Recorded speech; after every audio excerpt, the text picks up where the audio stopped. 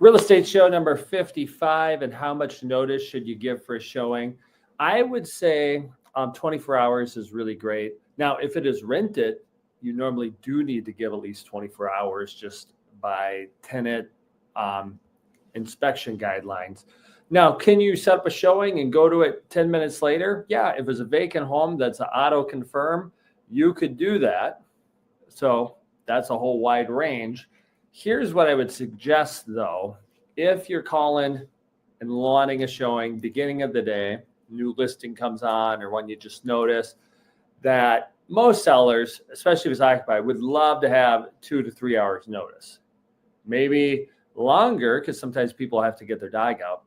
And then the other thing I'd say, especially for the people who are going a ways away, like we sometimes, show lake homes, and people want to look at 2, 3 lake homes.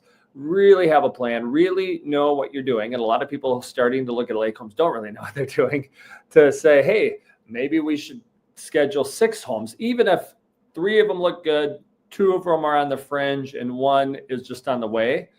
Because if you don't like them, you can be in and out, right? And you can see them quickly.